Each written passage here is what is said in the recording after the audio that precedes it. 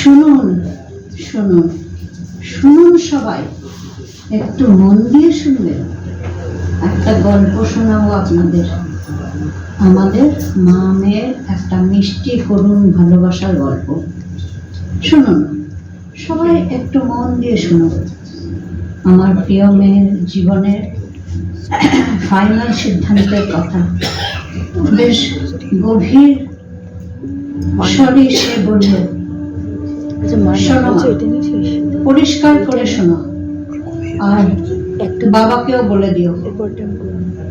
আমার জীবনের আমার সিদ্ধান্তই ফাইনাল। অমিতকে আমি কিছুতেই ছাড়তে পারবো না।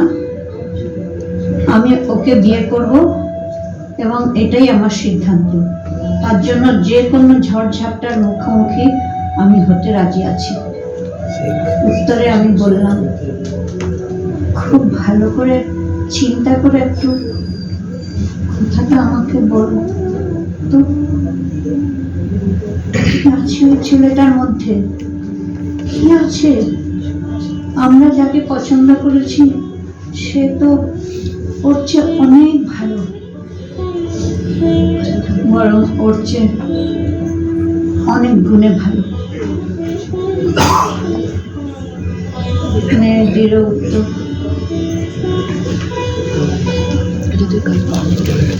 মন দিয়ে তোমরা ধুয়ে খেও, বোনও মন দিয়ে তোমরা ধুয়ে খেও। আমার দরকার প্রচুর টাকা আর ভালোবাসা। অমিতের দুটোই আছে। ও আমার জীবনে ভগবানের চেয়েও বেশি। বুঝতে পেরেছো তোমরা? তবু আমি কাতর স্বরে বললাম, আজ যাকে তুই ভালোবাসা ও ভগবানের চেয়েও বেশি ভাবছিস, এটা মরীচিকা। ঝলমলে আলোর মধ্যে রং মাখানো মরীচিকা। কিছুদিন পরে তুই বুঝতে পারবি, তখন আর কিছু করার থাকবে না। আর কিছু করার থাকবে না রে মা। এবার মেয়ের একগুয়ে অপমানকর কথা সে আমি বুঝে নেব মা। এসব নিয়ে তোমাকে ভাবতে হবে না। তোমরা তোমাদের চরকায় তেল দাও। আমি আরো কাতর ভাবে বললাম, তোকে নিয়ে যে আমাদের অনেক স্বপ্ন রে। আমরা অনেক স্বপ্ন দেখেছি তোকে নিয়ে। স্বপ্নগুলো ভেঙে দিস না মা।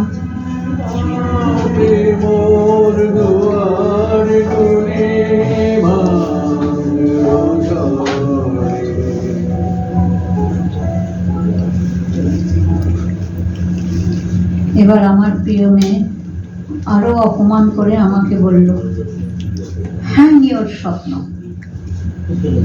সেই ছোটবেলা থেকে একঘেয়ে কথা, ঘ্যানর ঘ্যানর ঘ্যানর। এ আর ভালো লাগে না মা। নতুন কিছু বলো, নতুন কিছু করো। যুগ বদলে গেছে। আর গৌ, আর তোমরা তো সেই যুগেই পড়ে আছো। ছি। এবার একটু রেগেই আমি বললাম, তাহলে তুই ওই লোফার ছেলেটাকে বিয়ে করবি? কোনো কথাই শুনবি না? আমার চেয়েও আরো বেশি রাগ দেখিয়ে আমাকে আমার মেয়ে বলল, রাগে অন্ধ হয়ে তুমি সাধারণ ভদ্রতাটুকু ভুলে গেছো। একজন ভদ্রলোকের ছেলেকে লোফার বলতে তোমাকে কে অধিকার দিয়েছে? আমি মেয়েটাকে বোঝানোর চেষ্টা করি, বলি, এসব কথা আর তুই বুঝবি না। আগে তুই মা হ, সেদিন তোর এই মায়ের যন্ত্রণাটা বুঝতে পারবি, অনুভব করতে পারবি। রাগে রাগে রাগে মেয়ে উত্তর দেয়, সে কথাটাও তোমাকে ভাবতে হবে না। তোমাদের মতন গান্ডুলে মা আমি হব না, তুমি নিশ্চিত থেকো। আর আমার বলার জায়গা রইল না। বললাম,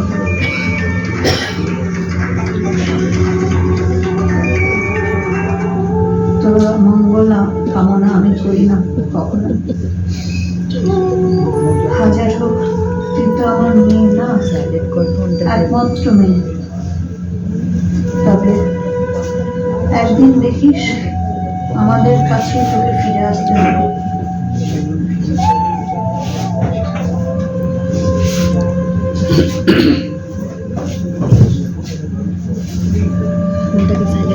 চূড়ান্ত অপমান করে আমাকে বলল, সেটাই ভবিষ্যতের জন্য তোলা থাক। শকুনের সাপে মানুষের কিছু হয় না। আমি নিরুপায় হয়ে বললাম, তবু মানে তুই আমাদের শকুন বললি? আজ মেয়েটা আমাদের সবার অনিচ্ছা বিয়ে করলো।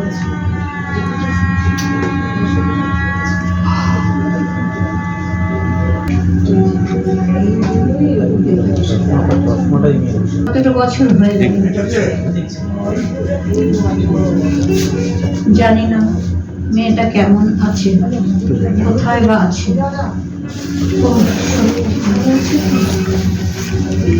আজ কেন জানি না ওর জন্য মনটা খুব খারাপ লাগছে। সুখে থাক। দরজার খটখট আওয়াজ হলো মনে হচ্ছে।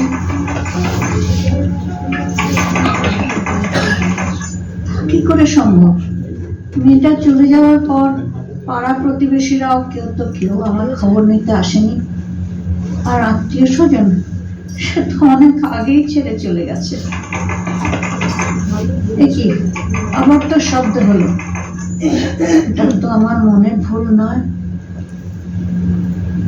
ওই তো আবার শব্দ হলো, দেখি তো একবার দরজাটা খুলে। সুপর্ণা, তুই? আমি তো ভাবতেই পারছি না, কি সত্যি নাকি আমি ভুল দেখছি? করুণ স্বরে মেয়ে বলল, না না মা, ভুল দেখছো না মা, আমি সত্যি তোমার মেয়ে সুপর্ণা। কিছুটা করুণ স্বরেই আমি বললাম, এতদিন পরে তোর এই অভাগিনী মাকে মনে পড়লো? কাঁদতে কাঁদতে মেয়ে আমাকে বলল, মনে আমার অনেক আগেই পড়েছে মা। কিন্তু বিস্মিত হয়ে বললাম, কিন্তু কি মা? করুণ স্বরে মেয়ে বলল, তোমার কাছে আমি কোন মুখে আসবো বলো তো মা? আমার অপরাধ কি কোনোদিন ক্ষমা করা যায়? খুব শান্ত স্বরে আমি বললাম, সন্তান যত অপরাধী করুক, মা তাকে ক্ষমা না করে পারে না রে। হ্যাঁ, তোর কথাগুলো আমার বুকে শক্তিশালের মতনই বেঁধেছিল সেদিন। তবু তুই তো আমার একমাত্র মেয়ে নয়, তাই না? যাক, তোর কথা বল এবারে। তুই ভালো আছিস তো? আবারও কেঁদে ফেললো মেয়েটা। বলল, ভালো নেই মা, আমি ঠিক, তুমি ভুল। তুমি ঠিক, আমি ভুল। আমি হেরে গেছি মা। ব্যাকুল কণ্ঠে আমি বললাম, কিন্তু কেন, কি হয়েছে? তুই তো আমাকেই হারিয়ে দিয়েছিস। তীব্র রাগে মেয়ে বলল, না মা না, ও লোফার, ও সত্যি লোফার মা। তুমি ঠিকই বলেছিলে। আমি বরং উল্টো তোমাকে আজে বাজে কথা বলেছি। বেশ গম্ভীর হয়েই বললাম, কথাগুলো কবে থেকে বুঝতে পারলি মা? করুণ স্বরে মেয়ে জানালো, ততদিনে আমি সন্তান গর্ভে ধারণ করেছি এবং একটি মেয়েকে জন্ম দিয়েছি। তবু কিছু নেই মা, সব মিথ্যে। বাড়ি গাড়ি যা কিছু আমাকে দেখিয়েছে সবই মিথ্যে, নাটক মা। নাটকের মঞ্চ সাজানোর মতোই মধ্যে মধ্যে পড়ে তোমাদের মতন ভালো মা বাবাকে চরম অপমান করে অনেক কষ্ট দিয়ে আমি চলে গেছি। আমি সত্যি অভাগিনী মাগো, আমি সত্যি অভাগিনী। কিছুটা করুণ ভাবেই বললাম, এতদিন তুই আমাদের কষ্টটা অনুভব করেছিস, প্রকৃত সত্যের মুখোমুখি হয়ে সত্যকে চিনেছিস, এতেই আমরা খুশি। মেয়ে আরো করুণ স্বরে জানালো, এখানে শেষ হয় না মা, এখানে আমাদের জীবনের গল্পটা শেষ নয়। দৃঢ় কণ্ঠে প্রশ্ন করি, কেন? তারপর আবার কি হলো? করুণ স্বরে মেয়ে বলল, সন্তানের একটা জন্ম তো দিয়েছি, ওর প্রতি কিছু দায়িত্ব কর্তব্য তো আমার আছে না? আমি বললাম, ওর বাবারও তো আছে এবং থাকা উচিত। করুণ স্বরে আমার মেয়েটা বলল, হ্যাঁ আছে তো। বউয়ের কষ্ট করে উপার্জন করা পয়সা মদ খাওয়া আর মা মেয়েকে অত্যাচার করা। একটু গম্ভীর হয়ে আমি বললাম, তখনই তো আমাদের কাছে চলে আসতে পারতিস। করুণ স্বরে মেয়ে বলল, পারতাম, তবু পারিনি না। কোন মুখে আসতাম, কি বলতাম তোমাদের? আমার স্বামী মদ মেয়ে ছেলে নিয়ে ফুর্তি করে, তাও আবার মেয়েকে পড়াশোনা করানোর যে টাকাটা আমি আস্তে আস্তে জমাচ্ছিলাম, সেই পয়সা আর সেই পয়সা আমারই কষ্ট করে রোজগার করা। আমি এসব কখনোই তোমাকে এসে বলতে পারতাম না মা। এবার আমি দৃঢ়ভাবে প্রশ্ন করি, তাহলে আজ এলি কেন? এবার মেয়েটা কান্নায় ভেঙে পড়ে বলল, মা গো, আজ আমার সব সীমার বাঁধন ভেঙে গেছে। আজ আমি মা পুরোপুরি নিঃস্ব হয়ে গেছি।